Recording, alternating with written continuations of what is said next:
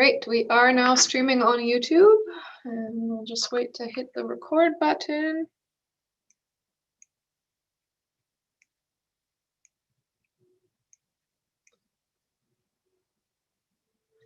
And we are now recording as well. So sorry. It is 7:01. We can call to order. I do not believe there are any additions to the agenda unless anyone has any to bring forward. Seeing none. Alrighty. So then we can move to declaration of conflict of interest or pecuniary interest. Again, seeing none. And on to delegations, presentations, or petitions. We do have Mark Bishop here from the RCMP this evening to present the RCMP report. So Mark, I will hand it over to you.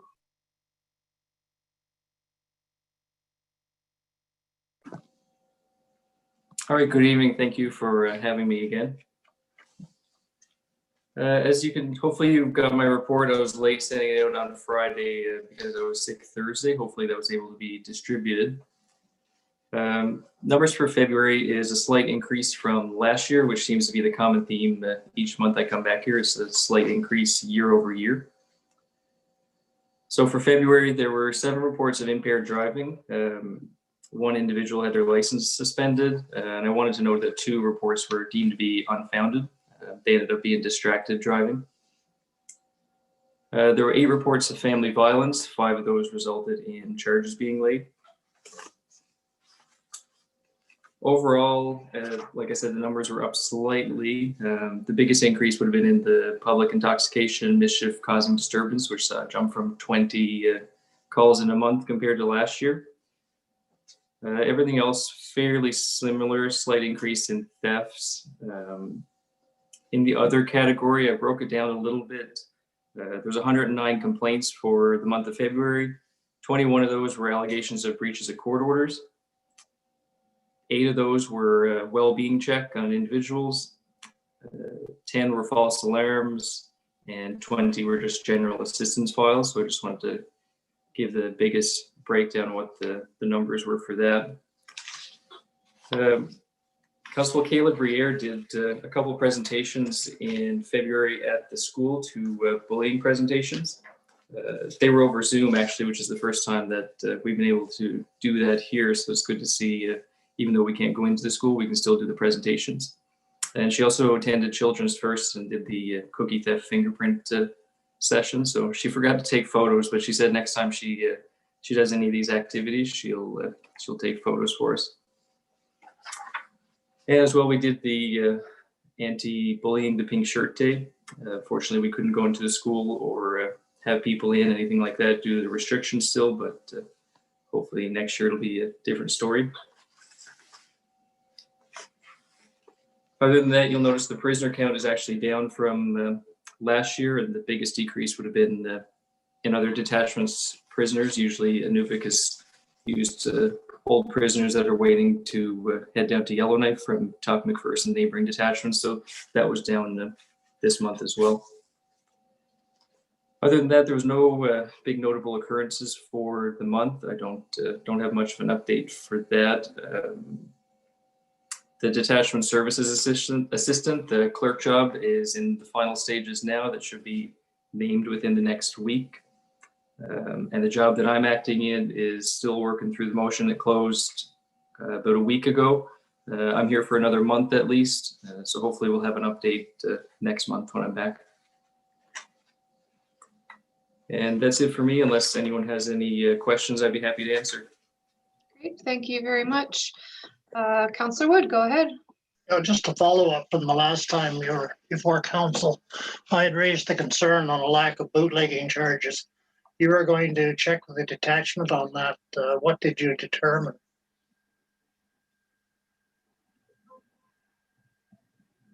Yeah, I looked into basically the number of bootlegging charges complaints that we've had over the past 3 years. There was 2 complaints, no charges laid. So then I had to canvass the members basically of why. And it seems to be the common theme. The biggest issue is lack of information that comes in, but also the difficulty in, I guess, the prosecution, the criminal side of it, because Inuvik doesn't have the liquor restrictions that other communities has. It has a liquor store in it. But basically, the bottom line, it comes down to lack of information coming in. Is that a lack of people willing to testify?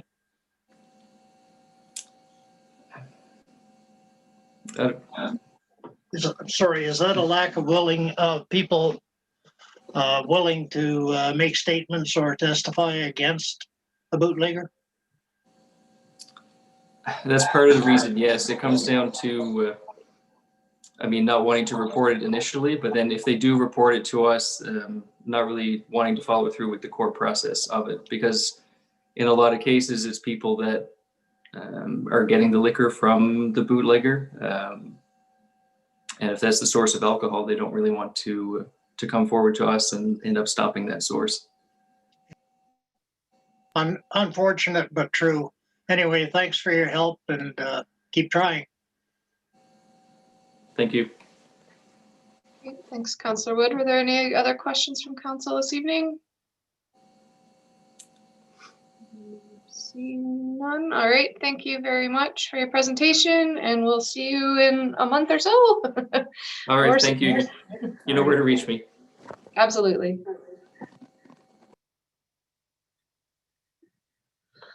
All right, on to public question period. We do not have anything tonight, so we'll go to adoption of the minutes. 6.1, the minutes of the February 22nd and 24th, 2021 council meeting. Is there any discussion on this item? Seeing none. Okay, thank you. On to the action items list. There have been some updates. Any questions or comments on the list? Again, seeing none. All right, on to new business. Item 8.1 is the appointment of members to the 2021 Municipal Board of Revision. And so the request here is to appoint 2 councillors to the board, which will meet on March 24th at 10 a.m. So I guess we're just looking for a couple of volunteers here. If there's 2 folks who'd like to put their names forward. We can, of course, vote on that on Wednesday. Sorry, someone's talking. It's S.A.O. Hood. Oh, go ahead. Just noticing in there that there's only 2 members of the public. Therefore, we can only have 1 counselor, because there has to be a majority has to be of independent people. Okay, thank you for that clarification. So then we will be looking for 1 counselor. Any discussion here is welcome, or if there's anyone who wants to throw their name in the ring, you can go ahead now. Councillor Loreen. Yeah, I'll put my name up for it if nobody else wants to. I see a big rush of people waiting to see if I'm going to do it. So yeah, I'll do it. Okay, thank you. Is there any further discussion? I'll be up on Banks Island, so I won't be able to do it. All right, thank you. Any further discussion? I Councillor think McBride? Councillor Rain did an excellent job last year, so I think he's the best person. All right, thank you. So with that volunteerism, we can move on to 8.2, which is the NWT Yukon travel bubble. So this was an item that follows up an email that I had sent to council last week. I had received a request from a community member to submit a letter supporting the work that MLA Semler was doing in the ledge to support an NWT Yukon travel bubble. The responses I got to the email about the letter were not unanimous, and I did get, and I didn't move forward with the letter, and I received a request for further discussion. I would like to note that on Friday, during the monthly COVID Secretariat MACA CPHO call, I asked Dr. Condola directly about this item and how it was looking from her desk. Her response was that her office is reviewing the factors that contribute to the potential for a relaxation at the border or bubble, like the NWT has with Nunavut. And some of the requirements that she listed are the Yukon's vaccine rollout, which she noted is very good. Their low case counts and the risks have to be assessed to the residents of the NWT. And so while she wasn't able to give it a definite answer or timeline, she wanted council to know that it is being considered.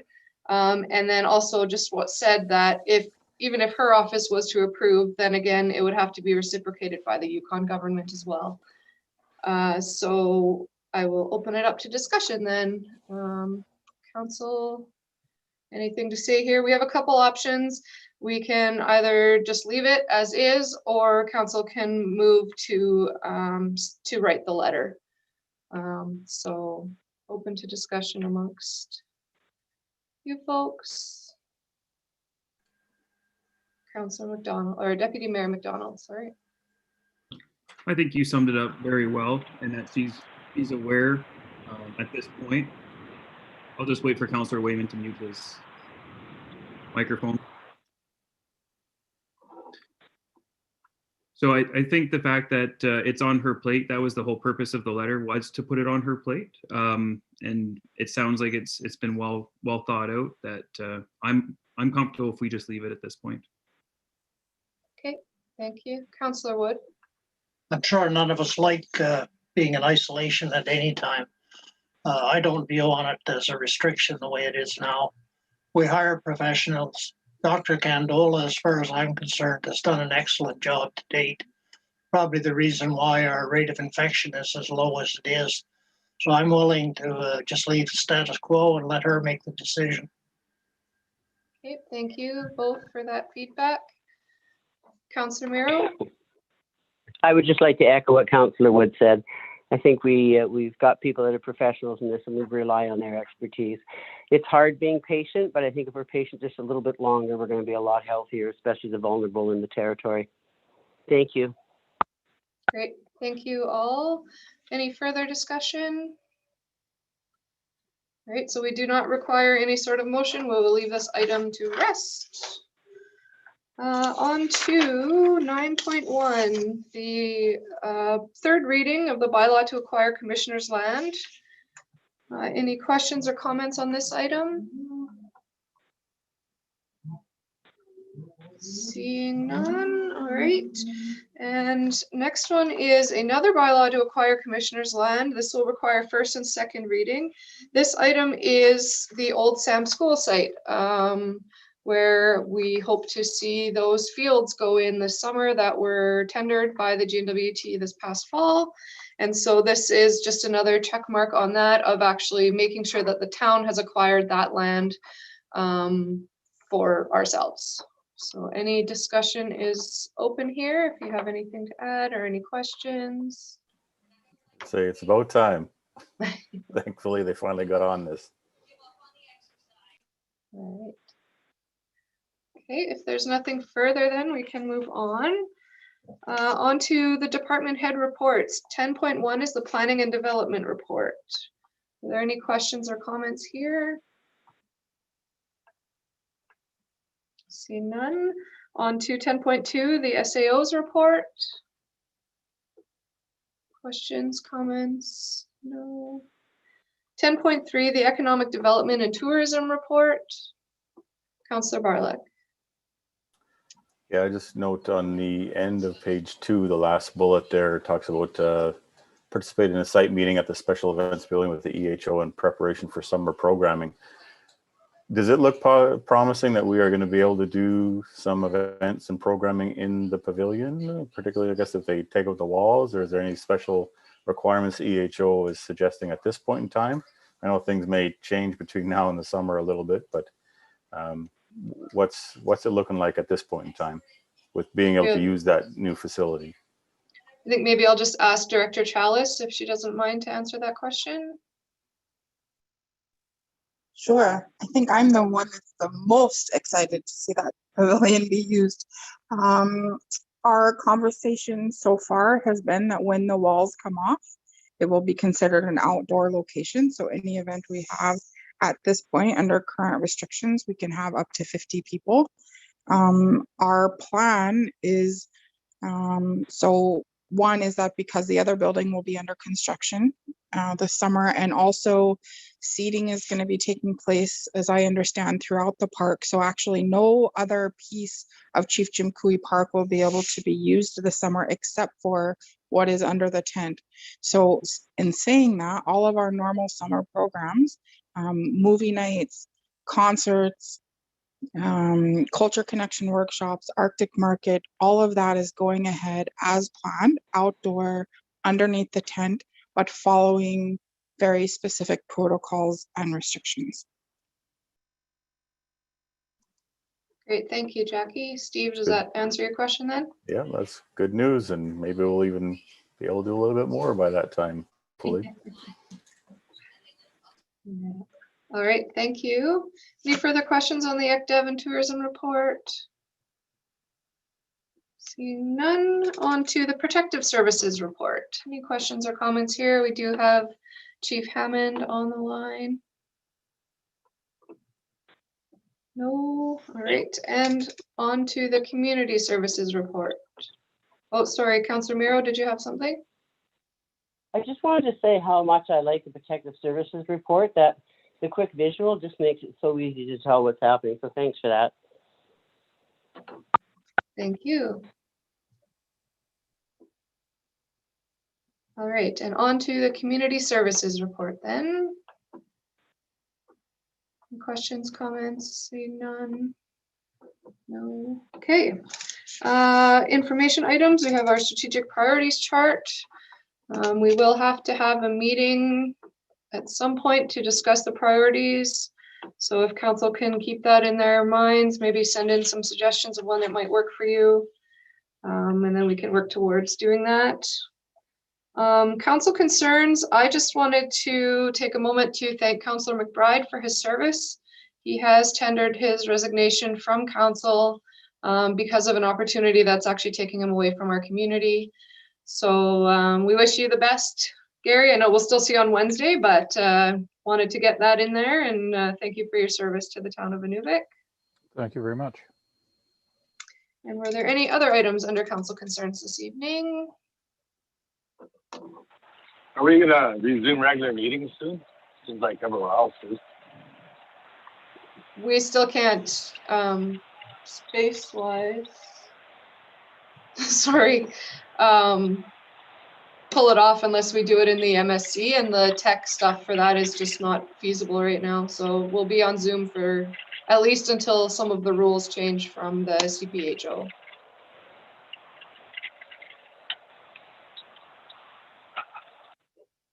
Okay.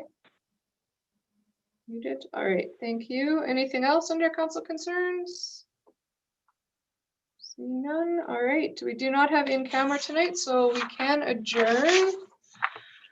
We'll see you all on